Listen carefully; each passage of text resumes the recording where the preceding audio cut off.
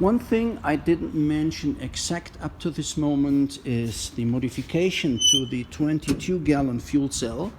will not keep you too much space of your trunk. The only difference is that you will miss this difference of height because the 22-gallon fuel cell is more or less straight,